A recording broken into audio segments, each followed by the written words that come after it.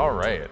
So I am super excited about this talk for a number of reasons. I've known Todd for about a decade. I've known Steve a little bit less long than that, but they're both just incredible human beings. Todd sits on the board of MobileCoin, and Steve is a board observer for MobileCoin Inc. So what I'm really excited about today is that both of you have a very unique perspective on digital cash. I think that you've both been thinking about it for a very long time, and you've had a vantage point that is unusual. Steve, if you could talk a little bit about how you first got into digital cash, I'd love if you could kind of just contextualize it. Sure. This will sound like the crusty crypto part of the talk, because it's so far back. So in 1985, I started studying electrical engineering, and my advisor was Marty Hellman, as we called him. And on weekends, I would hang out with Ralph Merkel, of all things, and as you heard this morning, the Diffie-Hellman-Merkel public key crypto was really the origin of a lot of the excitement I had, at least into digital encryption and such. And so I got fascinated by, in a sense, the notions and underpinnings of what made digital cash possible. Fast forward to 1994, it may not be widely known, but the first crypto payment occurred on the internet. It was by a company called Digicash, and it has its own fascinating and bizarre history, and a lot of lessons, I think, analogous to the crypto renaissance, which is the centralized, permission-based system that preceded a decentralized blockchain architecture of the day. So Digicash, as some of you might know, was this brainchild of David Chaum, and he had these patents, another interesting constriction, on digital blind signatures, basically a way in which two parties could be part of a transaction, but it, in a sense, necessitated a central bank or mediator, that if someone wanted to make a private payment or transaction to a third party, they had to do so with a repository, a blind signature provided by a bank. Citibank was one of their partners and such. But it was the first glimpse I got into the possibility of digital cash. So I wrote an extensive article that was published in 1994. And the thing that struck me at the time was the thought experiment of what if digital cash worked. That was and purely anonymous, privacy protecting. And in that case of the digital blind signature, even though it had a centralized bank element, there was actually provable anonymity, more than just pseudo-anonymity. You couldn't, even in some ways even better than Bitcoin in terms of privacy protection. But it relied on a centralized repository. And in essence, you can think of it this way. It was like being able to regulate and monitor the single issuance of a number. So the way that they thought of payments or currency was a number. People could own a number, they could give the number to someone else, and the repository would be able to check the box that a number had only been used once and hadn't been spent twice. And with that simple it just, in that article, I just tried to explore all the different ways that could be used for other things. Because I figured hackers, right, if there's money to be had, hackers will figure out a way to break the system. So the sort of thought experiment was, digital cash assumes it has withstood all those attacks. What else could it be used for? And we didn't have words like smart contracts or NFTs back then, but I basically explored intellectual property protection, runtime executables, having digital repositories for digital art. In other words, who owns a digital thing, what we'd call an NFT today. It could be used for voter registration and voting itself, meaning everyone gets a number. You get to vote once. Once you've used your vote, you don't get to vote again, unless you're in Chicago, I suppose. But didn't come to pass. David Chaum himself was highly paranoid, wouldn't partner with Netscape or Microsoft, and the whole thing died, as he put it, for a chicken and egg problem that, there weren't enough merchants and therefore enough consumers and so forth. But it was also, I think, fundamentally a lesson in centralization, in that he had to do things to make it happen. Didn't matter what the ecosystem wanted to do. He got to decide who partnered and who didn't partner with this digital cash world. And at the end of the day, the banks were, and maybe it was a lack of foresight, that the banks had to be central to the whole thing, right? They had to literally apply, you can think of it almost like a series of cryptographic keys being signed in concert, such that any one could be pulled apart but not both. So the bank didn't know what they were approving, but they could just approve things and be the trusted intermediary. So to me, this was fascinating. And then maybe just to end, fast forward to 2012, my son, who was 12 in 2012, demanded that all of his allowance be paid in Bitcoin from that point forward. Man. And, he had a meager allowance, but, the transaction cost of getting that Bitcoin was difficult. We got a whole bunch so that we could pay the next few years of his allowance, and this was about $20, $25 a coin. And then fast forward a few years, Mom was like used to giving like 0.1 Bitcoin for this, 0.1 Bitcoin for that, and like just trying to get him to exercise. And so at one point he whispers to me, he's like, Mom is paying me $600 per lap I swim in the pool, and she has no idea. So in any case, the child's brilliant. He had more money than it cost me to get my first house, by the time he got to college. So. Wonderful. And Steve, could I ask you to just scoot slightly further out, because I think we're getting a little bit of an echo with Todd's mic. So if you want to scoot your chair over just slightly. Separate. Oh, shoot. Yeah, Perfect. I was hearing a boom, but I wasn't sure what that was. Yeah. So, Steve, you've just been a fantastic investor. Can you tell us a little bit about the different companies that you've invested in over time, just to help contextualize your vantage point on Silicon Valley? Just in general? Yeah, just in general. Oh, sure. So we focus at Future Ventures, and before that, a firm called DFJ. We focus on world-changing companies that, if they succeed, history books would be written about them. So by definition, these companies tend to be one of a kind. They tend to disrupt big markets that haven't seen new entrants in decades, or in some cases, almost a century. Examples include Tesla in the automotive sector, SpaceX in the aerospace sector, Commonwealth Fusion in the energy area, and of course, MobileCoin in payments and financial services. So wonderful. Yeah. So Todd, you've been sort of at the vanguard of this sort of transhumanism movement. I believe you're the first person to actually have magnets implanted in your hands, if I'm not mistaken. That is true. You double check your mic? Mic check. How about now? Perfect, yeah. So Todd is the first person to have magnets implanted in his hands so he could actually sense electrical fields. And being at sort of the vanguard of transhumanism, can you talk about what that was like, and also how you got into the whole cryptocurrency nonsense? Yeah, so I started off originally in neuroscience, and my first interaction with cryptocurrencies was in about 2003. I had dinner with Hal Finney, who was the recipient of the first Bitcoin transaction. Now, this was before Bitcoin invented by about 6 years, but he was in the middle of inventing proof of work, and he spent 5 hours talking about it. So this is 5 years before the Satoshi paper. Yeah, it's 5 years before the Satoshi paper, and he spent 5 hours telling me, explaining the whole proof of work system. At the time, he was primarily pitching it as a solution to the problem of spam, but he was also talking about how this its usage in payments. And Hal and I knew each other because I used to work in an organization called Alcor, which is a cryonics organization, and Hal was a member.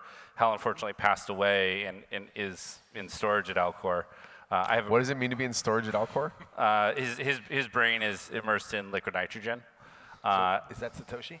Yeah. So a lot of people think Hal Finney might be Satoshi. So it's possible that Satoshi's brain is just in deep freeze in a facility. Well, we might know in a few thousand years. Who knows? My personal pet theory, and the reasons to believe this or not believe this, is that he came up with Bitcoin because he had a progressive disease, so he knew that it was coming. He put out Bitcoin around then so that there would be a reward for reviving him. Huh. Insurance. That is playing the long game. Yeah. and I'll be honest, when he spent that 5 hours explaining proof of work to me, I didn't really understand it.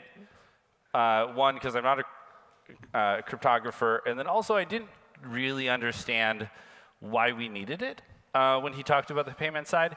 And then a few years later, I ended up working, running a bar and being a scientist for DARPA in Afghanistan.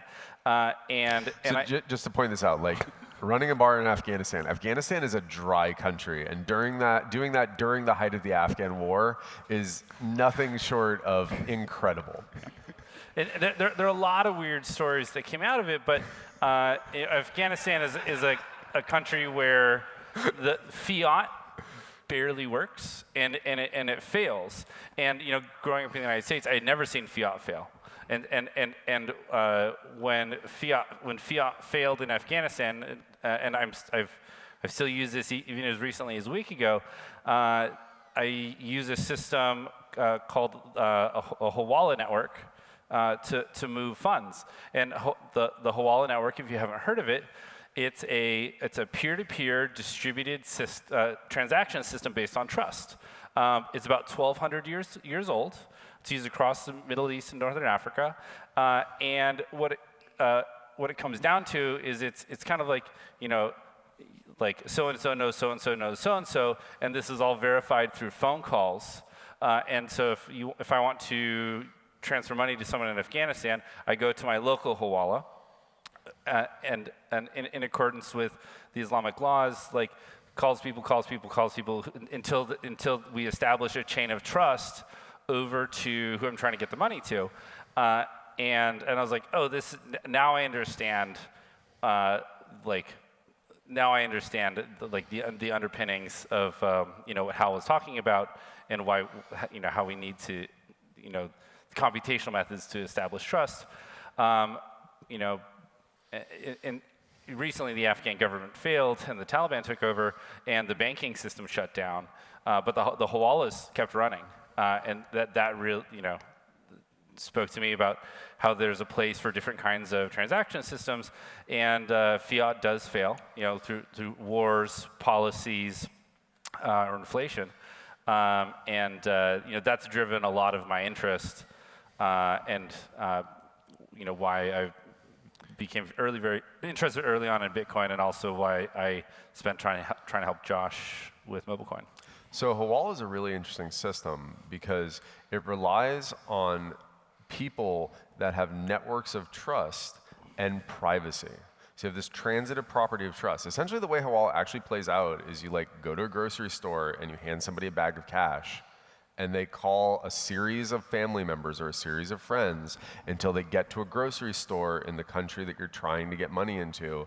And then somebody has to walk into that store with some form of anonymity or some form of identification to be able to receive that money. And it's all done with phone calls. And it is crazy, but this is the way that money moves through the world right now, going back 1,200 years.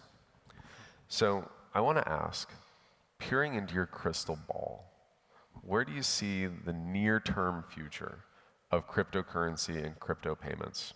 Let's say 5 to 10 years out. Steve? Well, gosh, that's a much tougher question than 500 years out.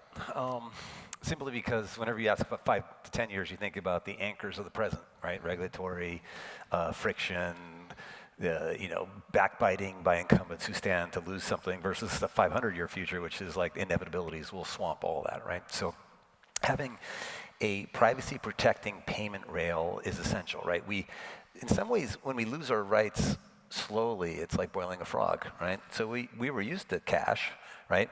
Cash was anonymous. Cash would allow for payments. Cash would allow you to not be embarrassed by some of the things you may purchase or groups you might want to support.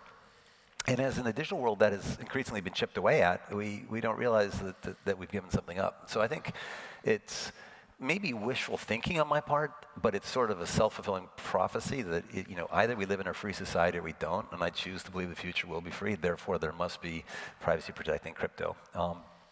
I think, per my earlier comments, therefore, the entire realm of smart contracts and blockchain-based, what we might call Web3, will flourish, right? But the underpinnings is you got to make sure that that base layer doesn't get corrupted.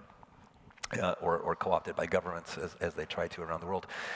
Stepping back, keep in mind most people on planet Earth live in authoritarian regimes.